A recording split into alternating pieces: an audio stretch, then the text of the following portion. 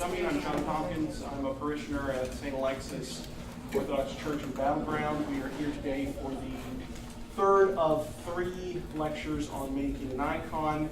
And today we have, our guest is Mother Katherine. She comes to us from the St. Zinni of Petersburg, Kentucky, which is associated with Joy of All Who Sorrow down in Indianapolis.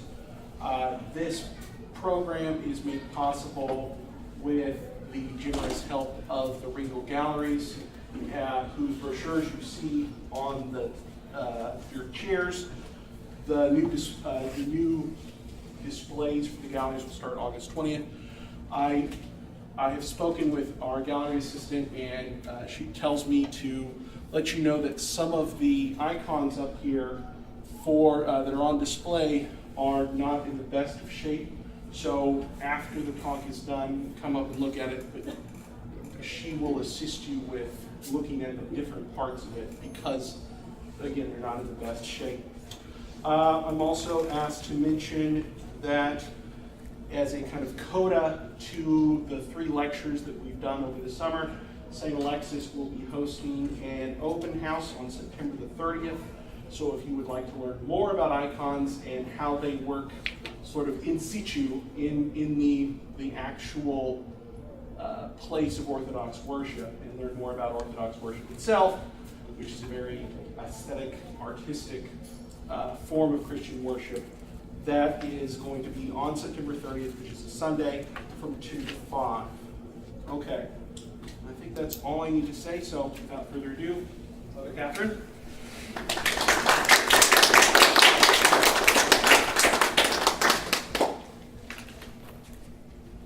Thank you all for coming. Icons have been a great, great love of mine for many years, since the early 80s.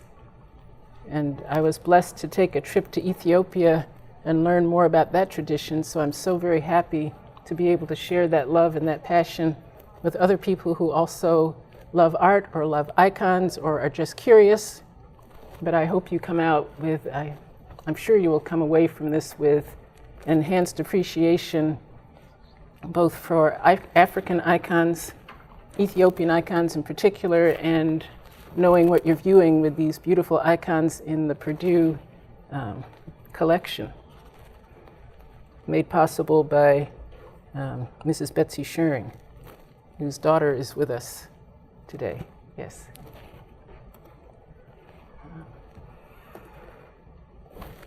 Okay. So we'll be talking initially about African icons in a broad sense, and then focusing in on the Ethiopian ones, because that's what we have examples. Lights turned down so we can see the screen better. The overhead lights kind of toned down. Right. Yes. Oops. Better. Getting better. Yeah, thank you. Turn it up when you're ready to. Okay. There are more lights on back there. I don't know if that would help to turn those off. No. So the first thing that we're going to look at is how icons and orthodoxy came to Africa. And that was in 3 waves.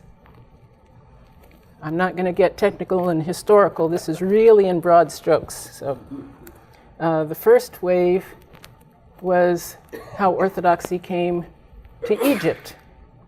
And Egypt was prepared to receive the gospel both through the sojourn of the Israelites in Egypt and then the flight of the Holy Family into Egypt. I read a very interesting book from a pilgrim who went to Egypt and tracked where tradition said that they went, and there are monasteries all along the route.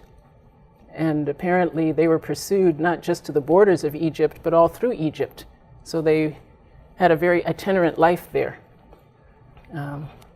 But that also meant that the Christ child actually traveled deep into Upper Egypt. And then the evangelist Mark, the first bishop of Alexandria, who founded the Egyptian church. Egyptian and Coptic mean the same thing. They both come from the same Greek word, Egyptos. It's just that one has been more anglicized than the other. And then finally, there are many, many Coptic missions throughout Africa. They probably have more missions in the Eastern tradition than any of the other churches. For instance, the Ethiopian church was not evangelical. It has a very unique tradition which has stayed more in Egypt and not Ethiopia, not spread throughout the continent. So we'll see a few icons, Coptic icons after this. And if you're familiar with Byzantine or Slavic icons from previous shows, how many of you went to Father Jerome's show last month? So about half and half. So if he showed you some of the Byzantine icons, these are more stylized than those, but not as much as the Ethiopian ones. So here's a beautiful head of Christ. What I'd like you to notice on this is just the vigor of the stroke. The artist was very sure of himself, seems to have painted very rapidly. It reminds me of the lively brushstrokes, say, in the Japanese tradition of brush painting. What is this painting on? That's a head of Christ. Is it on wood? Oh, what is it on? I'm not sure. Quite likely a wooden panel, but I'm not sure. Yeah. Not a cave. No, not a cave painting. No. Mm-mm. And the Egyptian painting had a fair amount of Hellenistic influence because of Fayum, the Greek colony of Fayum, and the very beautiful and naturalistic funerary portraiture, if some of you are familiar with those. Here's a Christ enthroned, 13th to 14th centuries, and since it's from the Church of St. Mercurius, I also included an icon of St. Mercurius, which you can see is in a very different style, much more modern looking, much more naturalistic. And he is one of several equestrian saints that we will see today. And this, I think, is the most lovely of all of them. St. Anthony of Thebes to your left, and St. Anthony the Great and St. Paul of Thebes is to your right. St. Paul is wearing a garment woven of palm fronds. So that's what that woven pattern is about, the palm fronds. All right, the next wave is Orthodoxy coming to Ethiopia. So we have in the Old Testament the recording of the visit of the Queen of Sheba to King Solomon because she had heard of his wisdom and his splendor and his glory. According to the Ethiopian tradition, they had a son who was named Menelik, and Solomon gave her a paternity ring with a lion on it and said, if I have a male child by you, send him back to me and I will acknowledge him as my son. And so he went back to Israel as a young man in his 20s, was instructed in the Jewish faith, and sent back to Ethiopia with an entourage of Jewish priests, and according to their tradition, also with the Ark of the Covenant, which is said to be in the town of Gondar even till this day.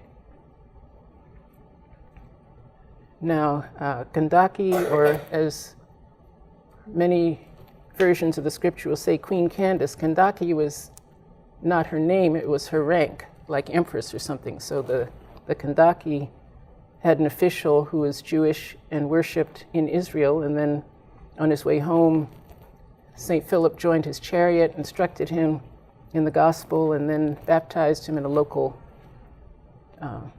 body of water, and then he went back bringing the gospel to Ethiopia. And then those who had been Jewish now for centuries were prepared to receive the gospel.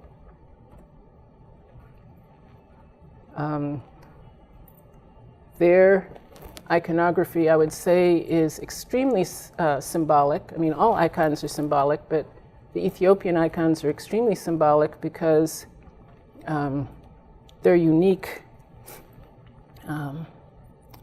thing is carved portable icons that a pilgrim would wear around the neck, so often no bigger than this. And the carvings always have to do with the passion and crucifixion of Christ. And so not only is the icon itself symbolic, but the case that surrounds it is full of symbolism.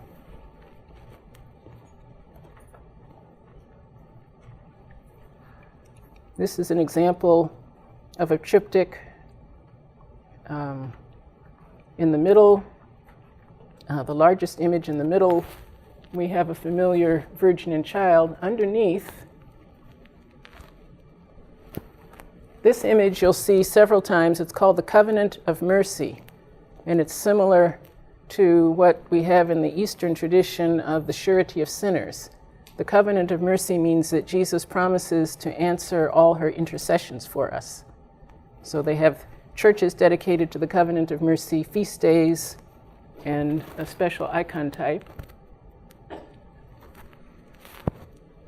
The crucifixion with the Blessed Virgin and St. John on either side, St. Gebra Manfas Kadus, who's a great favorite.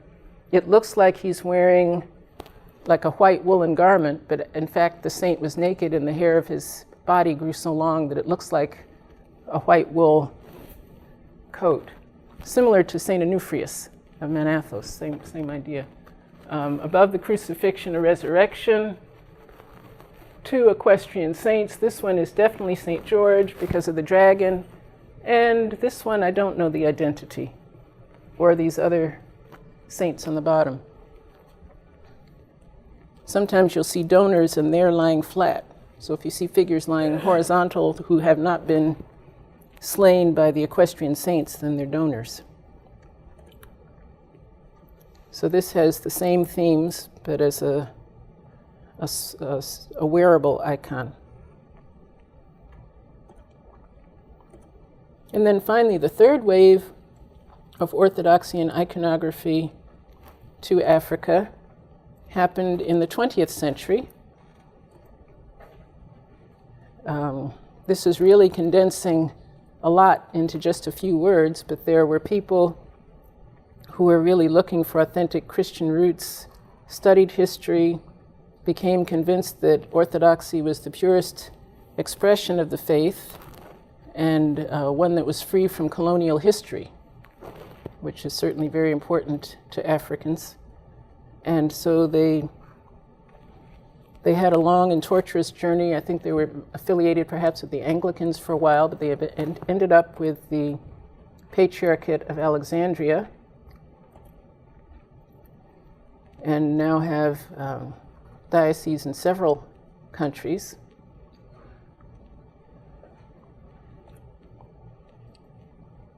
And they have to import their icons, so there's obviously no indigenous iconographic tradition. Now, part of the Orthodox tradition is to baptize culture, so it doesn't try to simply go into a place and wholesale say, here it is, you have to wear exactly these.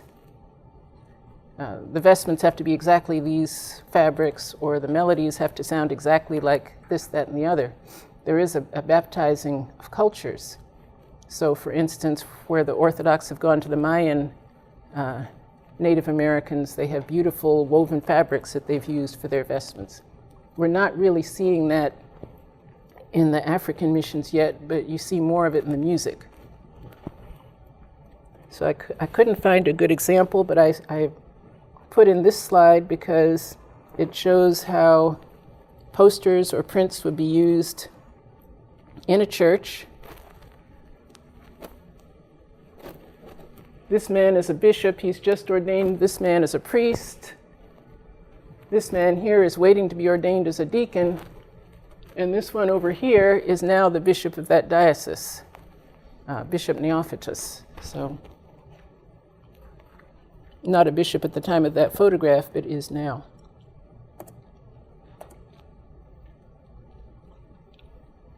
So now we're going to look a little bit at modern Ethiopian iconography, starting with an incredible pilgrimage that I had in '97. It's hard to believe it's been 21 years, where I went to Ethiopia hoping to study their indigenous icon tradition. My thought was maybe I could be a special student at a university or something like that. When I got there, I discovered that the universities were teaching Russian iconography. And so Bishop Timotheos was very kind to scout around, find one of the foremost icon painters in Addis Ababa, who had never taught, but was willing to come to the monastery where I was staying every day, 5 days a week for 5 weeks. So I had 25 lessons in Ethiopian icon painting from this very incredible man whose name means Brahani, light, Gebra, servant, Selassie of the Trinity, which is so appropriate for an icon painter. And then we'll have some examples. So here's Brahani 21 years ago with his newborn and his wife in the center back. He didn't marry until his mid-30s because he had some very, very serious and debilitating illnesses. There was no particular diagnostic name, but Western medicine was not able to heal him. Now he's here with his spiritual father, Abba Haile Michael, and his spiritual mother, Amawe Christos Samara. So one of the things that we see is that a good icon painter in Ethiopia would have a spiritual mother and or father, someone that they would bring their spiritual questions to, who would guide their life, their fasting, their prayer, help them to fight against their sins. But Abba Haile Michael was the one who was able to save him from his long-standing illness. Abba Haile Michael has a holy water ministry where he would take three barrels, like great big oil cans, 3 barrels of water every single day and bless them. And after a service of morning prayer, then pilgrims would come and bathe in the holy water. And he would pour this icy cold water from a pitcher and beat on them with the hand cross that he's holding. So Brahani visited him weekly, maybe even daily for years, and was eventually healed of a very grievous illness and was able to get married and start a family in his mid-30s. I don't know who would have patience for that among us, but if patience is indeed one of the cardinal virtues, then the life he's leading fostered that and enabled him to keep going for the holy water bathing for many years and not grumble against God and to be quite sure when he was healed where the healing came from. And Amawe Christos Samara is one of the few Ethiopian women trained in their native liturgical language. So it would be like, for a Russian, it would be like a nun who was trained in the Slavonic. But the Ethiopian liturgical language is called Ge'ez. So she was a Ge'ez scholar, which was quite rare. So he surrounded himself with very spiritual people. Now here we are in the makeshift studio, and he's beginning to demonstrate carving. So we covered the table with canvas so it wouldn't get damaged, and he wrapped gauze around his fingers to protect from bruising and cutting, because we were using essentially like X-Acto knives, very, very sharp blades. So on the carving that's finished is Brahani's. The one that's laid out in pencil is mine. He did speak some English. That was both good and bad, because whenever I asked him a question and I hit on a new vocabulary word, my question was out the window and I had to describe what the word meant. So my progress in getting questions answered was kind of halting, because part of what it was in it for him was learning more English. But So a lot of my lesson was simply observing and following. But because, of course, he was very experienced and this was my first time, he went way faster than I did, and I was sometimes having to copy days behind him. So here I want to show you some important carving motifs. This is part of the language of the carving. So this zigzag line up here represents the veins of Jesus Christ. This here, which is similar, but it's straight on one side and zigzagged on the other side, represents the crown of thorns. Inside the oval, we have a spear tip. These corner ornaments represent 4 of the nails. So it's like a cross in a square with these little wedge-shaped, cuneiform-shaped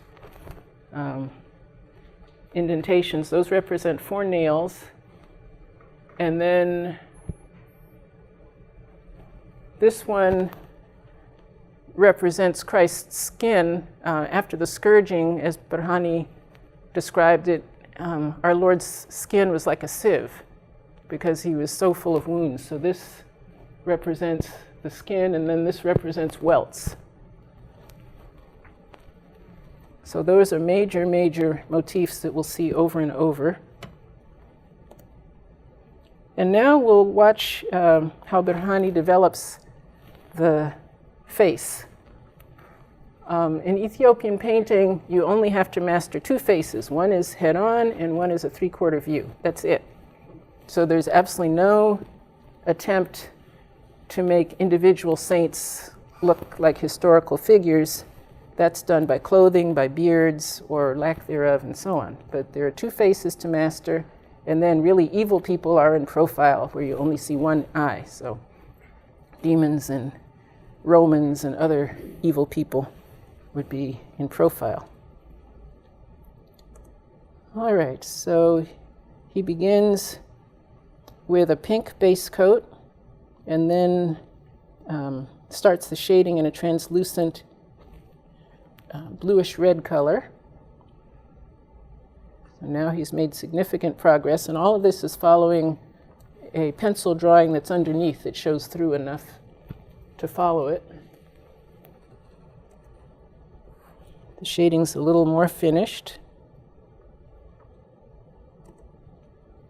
Now he's painting in the whites of the eyes. So the color initially completely covered the eyes. Now he's painting them white.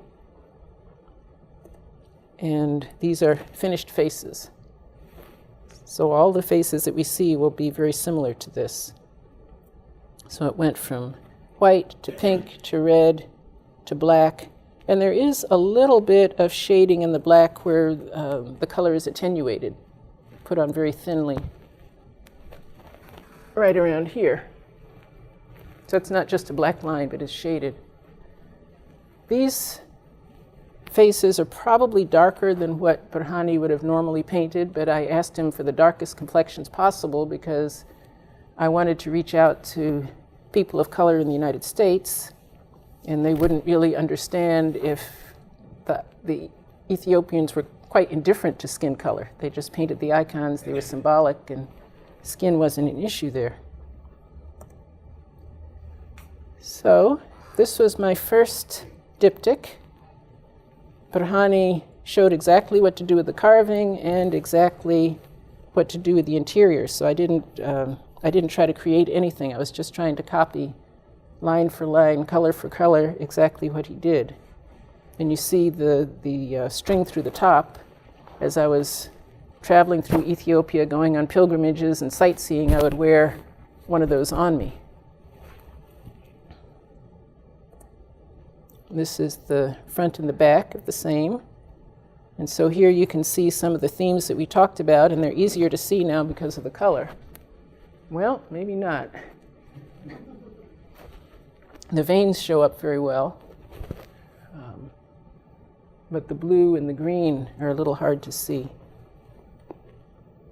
That's too bad because it's so vivid on the screen. Okay, here's the second diptych that I did with Burhani. So the crucifixion I copied exactly, but the icon of Christ, I took from the Christ the Bridegroom icon. So it's quite common in Ethiopian iconography to find well-known and well-loved themes from the Byzantine tradition that are translated into their style. So I was not particularly doing something innovative, but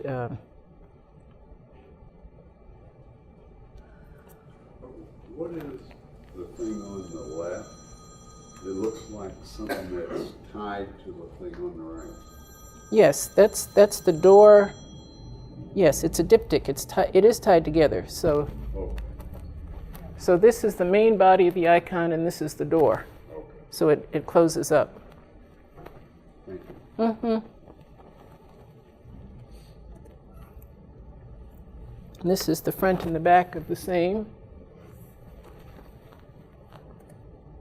And then this was my final exam where I had to design the carving and the icons completely on my own based on the principles that he showed me. And so this is Our Lady of the Passions, translated into the Ethiopian idiom, and I made sure to research the crowns at a museum in Addis so that I would see what a Ethiopian empress would wear and use that kind of crown. And this is the front and the back. These are some of Burhani's carvings, and these are paintings in progress. So the one to your right is clearly the Palm Sunday icon. The one on the left, I'm not really sure. Because it's a profile, we know that he's having an interaction with someone who is evil, but we don't know if it's a man or a demon, or what that scene is. Somebody thought maybe the temptation after the baptism, but I really don't know. And here's another one with a crucifixion and resurrection. And then some different shapes. So this is a cross-shaped diptych. And this has a motif that we haven't seen so far. This chevron shape represents the legions of angels flying around, seeing the Passion but not interfering with it. But it represents the angels. This again is that pattern, that sieve-like pattern of Christ's flesh. The nails and a cross made out of spear tips. Were Yeah. those motifs on the carvings taken from somewhere else? Like what's They're- what's the source of those, the reference for those? As far as I know, it's just a long-standing Ethiopian tradition. So I can't really answer that. But I've certainly seen it both on current icons and much older ones. And there are other motifs that I don't know what they mean. And then this is quite a unique icon. So the cross is carved out of the middle, and then there are 4 little itsy-bitsy diptychs with itsy-bitsy doors. So it's probably only that big. So that means the doors would be about 1 inch square.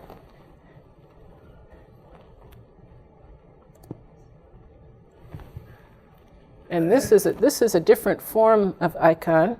It's a tower with a cross on top and 4 diptychs going around it, with a total of 8 icons, or sometimes the panels are split. Sometimes they're split so that you have one above and below.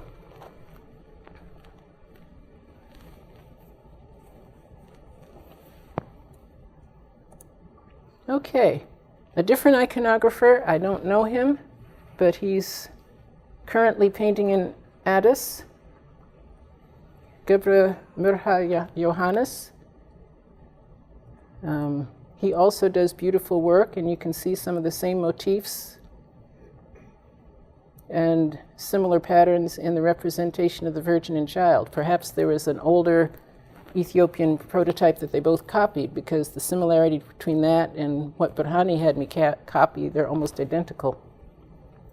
And St. George and the Dragon is a huge favorite. That's a princess up in the tree. I think her name is Bratowit, but I wasn't able to confirm that. And here's another one. So this is actually a double diptych. So it has a door in the front and a door in the back, a total of four icons. And here's a tower that he's created.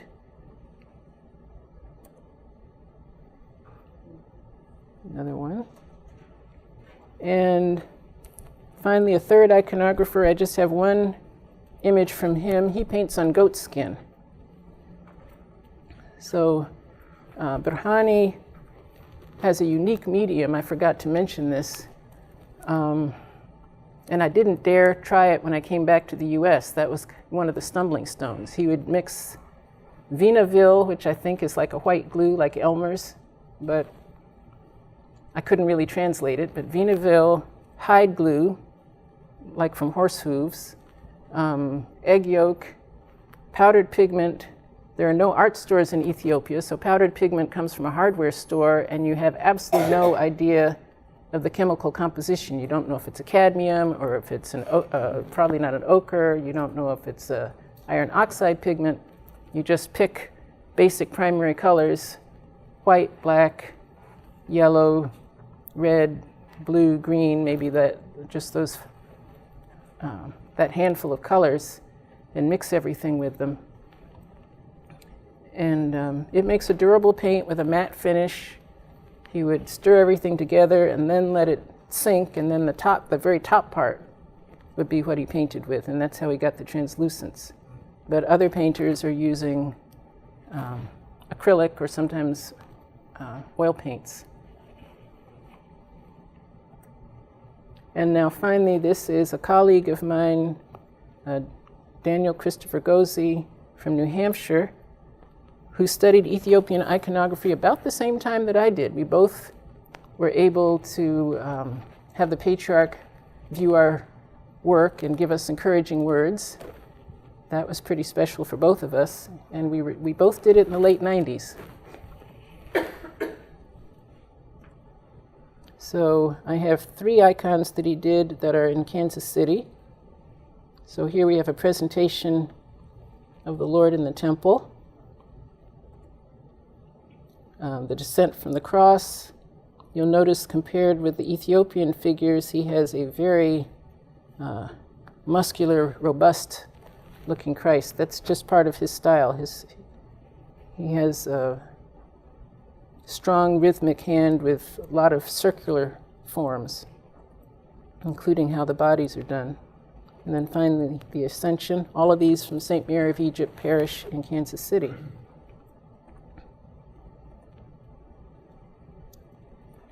So Ethiopia, of course, has the small icons, and then it's also known for the murals in the churches.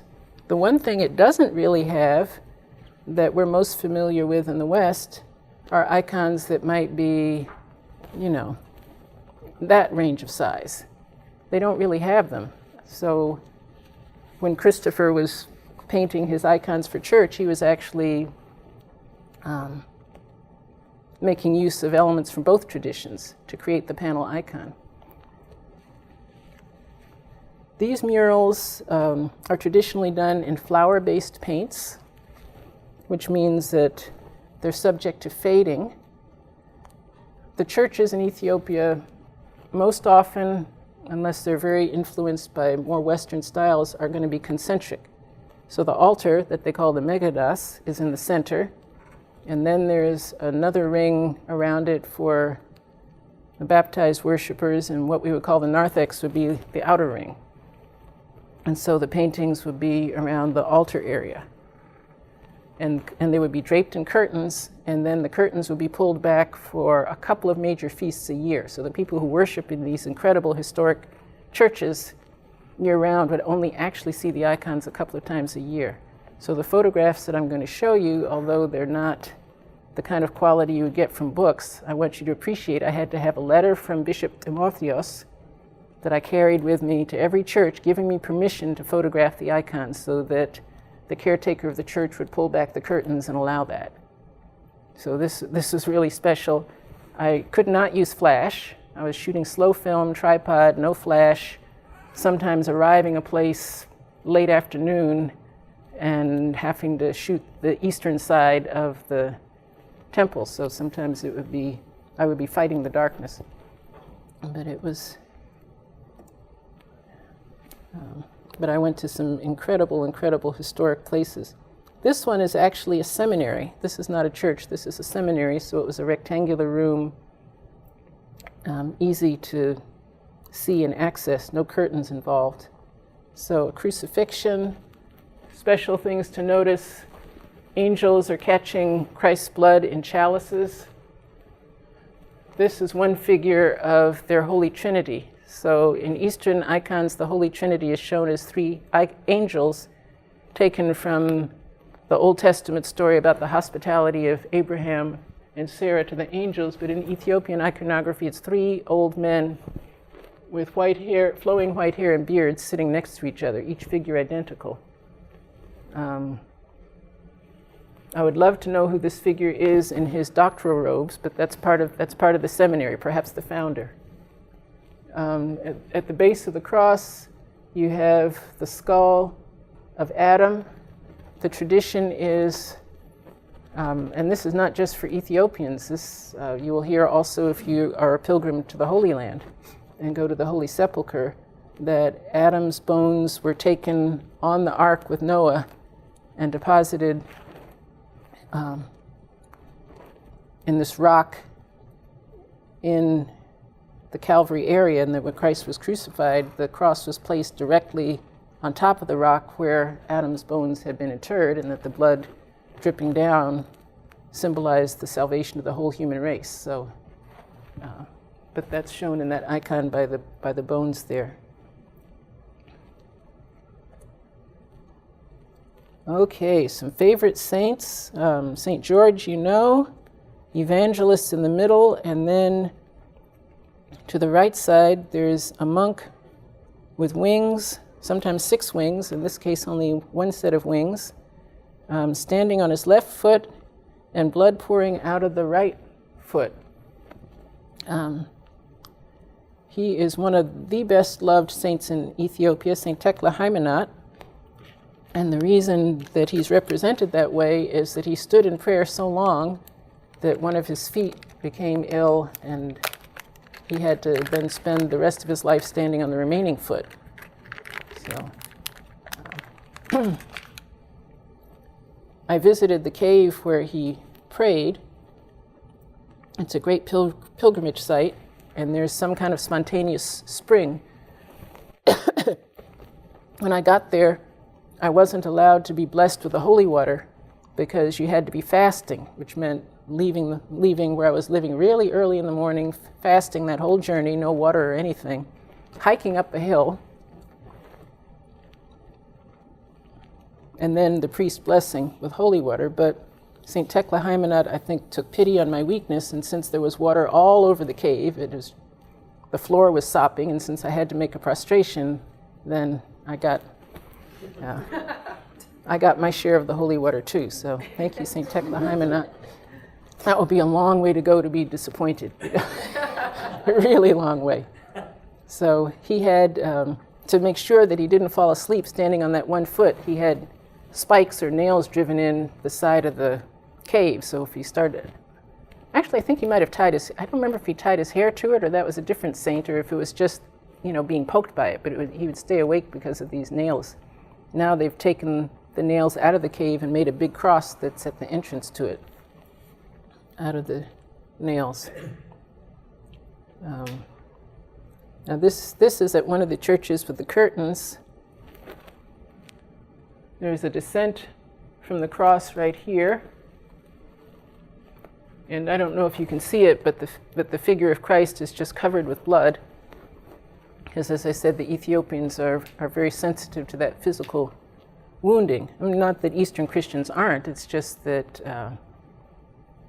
there's a choice in the iconography not to focus on that aspect, to just have a symbolic number of wounds, but not to show the entire body covered with blood. And over here we have the Virgin Mary being supported by the myrrh bearers because she faints away at the sight of her son on the cross, which is a detail that's preserved also in the Holy Land. And more equestrian saints. So St. George in the upper right, and I really don't know who the others are, but they have, the Ethiopians have 20 equestrian saints that they venerate, so it's a very important part of their tradition. And different ones will be fighting different enemies. So you see the bull in one of them, sometimes it's a man, it just varies. This one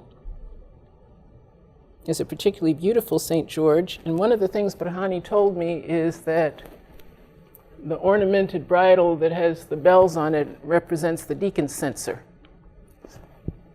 The animals in the icon are very special. They have human-looking eyes, and they're very spiritual. So even elements on the animal would be symbolic. We have the princess over here holding the dragon by her belt, and because she was a virgin, that gave her some kind of power to subdue the dragon and to eventually drag him out of town. Because, you know, the hero comes in and slays the dragon. If you had that in the town square, you've still got a problem. So somebody's got to do the cleanup work. So the princess got to do it in that case. A covenant of mercy on the bottom. This is a flight into Egypt. Well, I hadn't noticed this before. This is a nursing virgin. So she's nursing on the donkey on the way to Egypt. Some of the others I can't tell. That's another nursing one. So, covenant of mercy surrounded by scenes from Christ's infancy and childhood. How tall do you suppose that one is?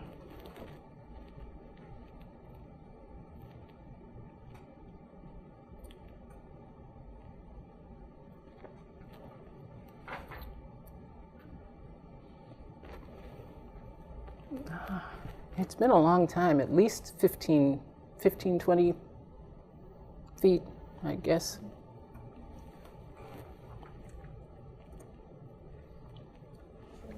Any of the icons you saw, was any of them vertical working? Since they had that. That's a great question. No one's ever asked me that. That wasn't something I heard about it. It didn't seem to be part of their tradition, that icons would be miracle working. Because you have either the private ones that people would wear, which wouldn't be in a church, or you have the murals. And although there is a tradition of, there's a miracle-working mural on Mount Athos, the quick to hear, but that's not something you hear about often even in Eastern Orthodoxy. I chose this slide because the Virgin is interceding for souls in distress. And here you have a devil in profile, kind of painted in a dark gray. These are all scenes from the Dormition or the Repose of the Virgin. So here, this is her funeral bier. This is an unbelieving Jew who's trying to turn over the bier, and an angel comes and cuts off his hands. They're later restored, and then he becomes a believer. This is the actual burial, and then here the ascension into heaven.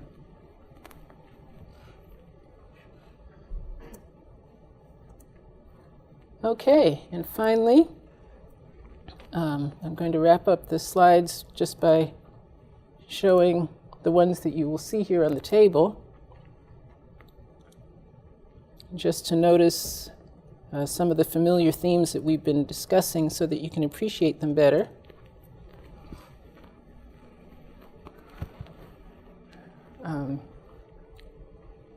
Crucifixion, this is not St. George. This one is the Apostles. And this is a resurrection. The most traditional Ethiopian resurrection icon, Adam and Eve, look pretty young. and they're being pulled out of something that almost look like cans. So rather than horizontal sepulchres, you see them from the waist up being pulled out of these cans, but those represent their graves. So that's a very traditional resurrection with beautiful knotwork on top. So we often associate knotwork with the Celtic peoples, but it's also very common in Russia, very common in Ethiopia, parts of India. So it's an important part of many cultures. This is a very beautiful one from the collection here. And similar to some of the other recent ones I showed you, this one has 2 diptychs in a hand cross. Or it might have 4. I don't know if it has it on the reverse side or not. And then a very complex one, which I'm delighted to see unfolded, that actually has, it looks like 4 icons on each side. That's what it looks like.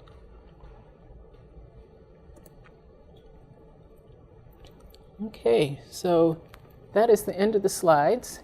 Do you have any questions, thoughts, comments? I noticed that most of the icons that we have here, you can, when they're looking at you, it's almost like they're looking at you. Mm-hmm. But I noticed that most of those icons are actually not looking at you, but That's a very important observation. So yes, the Ethiopian icons, when you have that 3/4 view, the saint is looking all the way to the side.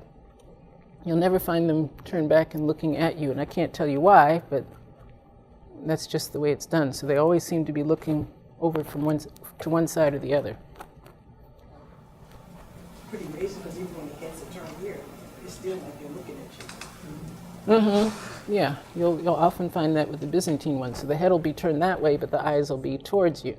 But in the Ethiopian, the head is turned this way, the eyes are going to be that way. Yes? What's the meaning of angels that you're describing in these icons? Well, angels are messengers of God. So they're either protecting people or they're informing them of God's will in some way. Those would be the main things. Where do they come from? Where do they come from? They come from heaven. Yeah, I mean, there are good angels and bad angels, so the devils would be bad angels, but the beautiful ones come from heaven. Yeah. Katherine, are you making icons now, or is there some tradition in the U.S. to make Ethiopian icons? Individual iconographers, I'm not aware of. I mean, there may be some kind of convention or school or something that I'm not aware of, but I really didn't pursue painting in the Ethiopian style after the 90s. I did teach it once. I set up a class. I taught it. I had a mixture of people who had been studying Russian-style icon painting with me, and I had some Ethiopians in the class. Well, so what was difficult was I started everybody with the carving. The carving was tough. The one person who did a phenomenal job on the carving stalled out on the painting. So to be able to do the carving and the painting, there are just not going to be as many students who can have that interest or have enough skill not to get discouraged at the outset.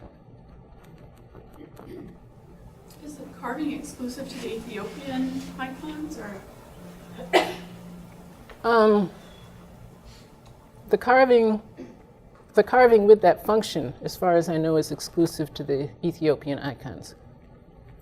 So, for instance, in the Eastern Church, you will find carvings of angels, often like bas-relief carvings of angels or certain ornaments, but they're not a case for a different icon. I'm not aware of any other tradition that has that. Yes, Father? I was curious, the treatment of the halos, they almost reminded me of rainbows, with the banding of color.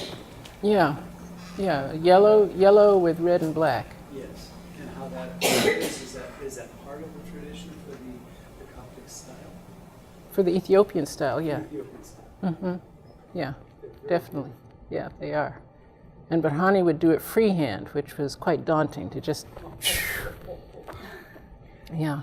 So that panel that he did of the flight into the Egypt, that was part of two. There was a St. George and the Dragon, a flight into the Egypt, and they were about this big. So he was breaking the mold and doing something more in the size that we think of with the Byzantine icons, to give me a flavor of what you would do, say, for wall painting. But it's actually a stretched canvas. Yeah.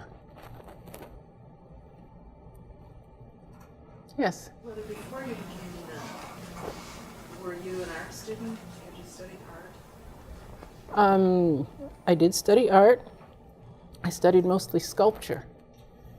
My interest in monasticism and iconography were developed in parallel. So, and I did some painting too. I mean, I always loved painting, and I did painting, but it seemed like egg tempera was the medium that I was waiting for and trying to get everything else to be. Yeah. So do they follow the same traditions as we do, meaning that every time we paint an icon, it has to be exactly, it has to look one icon looks just like another icon. I noticed that in some of those when they have straight up, did look something different, like the other one's real muscle. Like, do they all follow the same traditions? Well, that one that was really muscular, now that's an American artist who trained there. Yeah, Christopher Gozzi, so he's an American. So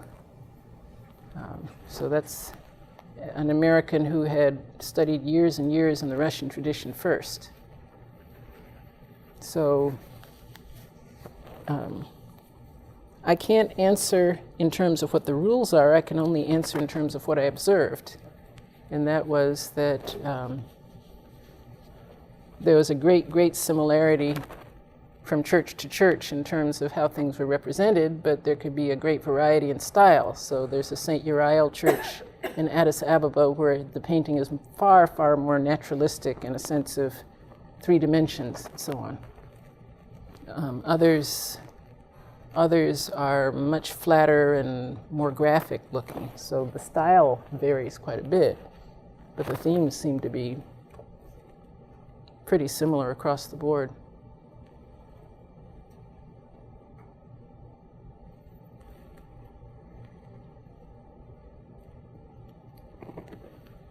I'd like to say just a little bit about the monastery where I stayed, because it was such a phenomenal place. It was about 24 kilometers out of Addis Ababa. There were 70 nuns, and they took care of 200 orphans. And they also had a school where the orphans and village children attended. They had fields and fields. They kept bees, they had coffee, they had wheat, they had all kinds of crops. And I was able to stay in their guest house, which actually had been donated to the monastery by Haile Selassie's wife. So it had actually been a palace, although it didn't have, all kinds of Baroque ornamentation. But it was still a very comfortable accommodation. And the 3 nuns who spoke the best English were assigned to take care of me. So the abbess would sometimes have tea with me, Amawe Fikirta, wonderful woman. And then there was the secretary, who was 30-ish. She was tough. Oh my goodness, what a tough nun. The Ethiopian nun's habit is somewhat different. They don't wear, this is called an apostolnik. They don't wear this great big drapey fabric over the head. They wear a hat very much like fathers. They'll cut their hair either really short or it'll be completely shaved, and they'll wear the hat, and then in church they'll wear a white veil on top of it. Well, she would put hat pins inside her hat because the hat represents the crown of thorns. It's a slightly different design from what you have. So the shape looks similar, but slightly different design, represents the crown of thorns. So she would not only wear that, but have hat pins sticking in. and they would often wear chains underneath. But she was really tough when it came to feeding me, because I was a guest. That's a noun with a capital G always. I was a guest, not just of her monastery, I was a guest of the whole country. And Africa is like that. You visit, you're a guest of the whole country. I experienced the same thing in Nigeria years before. So she had to feed me. So she'd fix enough for 5. And it would usually be, it would often be pasta, because the Ethiopians were in Ethiopia, the Italians were in Ethiopia for a while. And then come out, why didn't you eat? I did eat. No, you didn't. We'd have this argument. And she was force-feeding me Coca-Cola. And I didn't want Coca-Cola. Tea would have been fine. So finally, one day, in desperation, she was pouring, and I just jerked my glass away so that it would pour on the table, and she would get the point. So I think I made a little progress there.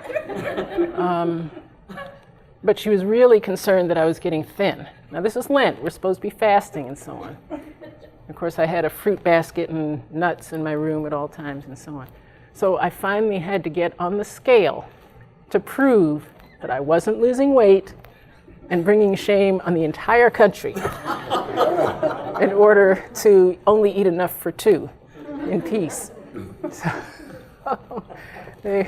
So it was, and hospitality, if you visit someone's house, will also be similar. They'll serve the familiar injera, the flatbread. Are you familiar with the flatbread, the injera? And then you pick that up to eat the food, and typically your host will create a really big morsel for you after you've already filled up on the whole meal. I know the son of an Ethiopian who is actually chasing around the house, getting away from his uncle because he just couldn't take one more bite. So they make sure you eat, whether it's at the monastery or at a home. And the orphans who were there were so incredibly sweet. They would, of course, we couldn't speak at all, but if I went out for a walk to take a break from my painting, went out with my camera and tripod, I would find, maybe 3 on each side. We would all hold hands and walk wherever we were going to walk. And when we went to church, they would all have their little duties, and they were not self-conscious. They never looked around to see who was looking at them. They would just go about whatever their duty. If they were 3, 4, 5 years old, just do it, and very simply. We always took our shoes off at the entrance to the church, so I was wearing buckled sandals. I'd come out after service and look around, and my sandals were completely missing. There was a whole ring of shy-looking faces around me, and one would pull a sandal out this side, another would pull a sandal out from that side, and they would try to negotiate the buckles and get them on my feet, and I would try to walk like it was normal because I don't think they'd ever seen the buckles before. So we had very, very sweet communications, even though there wasn't a lot of language in common. So that was a really important part of the pilgrimage. And then some of the nuns were actually taking the lessons with me. So I wasn't necessarily painting alone. When they had the freedom, they would come and at least do a little drawing as well. So I'd be remiss if I didn't share that, since we have the time.